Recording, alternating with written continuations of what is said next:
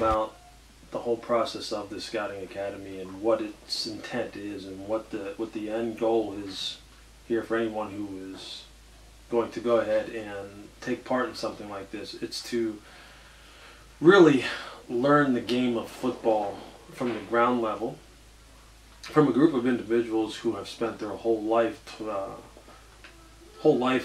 learning the game of football the way it's supposed to be learned. I don't think, as with any profession, that you can just learn anything by osmosis. It's not a simple matter of watching something repetitively over and over without having no frame of reference and then thinking that you're an expert in anything. It doesn't work that way. It doesn't work that way in the medical field. It doesn't work that way in the race car field. It doesn't work that way in the fireman's field. I mean, it doesn't matter. You need to really start at the bottom, have it taught to you by people who have come before you, people who have a base of knowledge and experiences, whatever they may be. And I'm not saying necessarily that they have to have reached the professional level when we're talking about football in particular, but you need to have a base from which to work from so that you have some context, and that's going to be an important word here as we talk about the whole scouting process anyway. So you have some context with which to view all of these things, namely the players, the specific positions,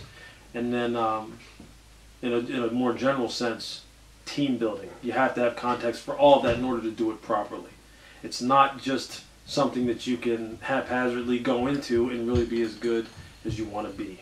And that's really what the whole idea behind this is, bringing in some of the best minds in football from around the country. When you're talking about guys like Jerry Angelo, or you're talking about a Wade Phillips, or any coach who has coached at the professional level who has had the kind of experience these guys have had.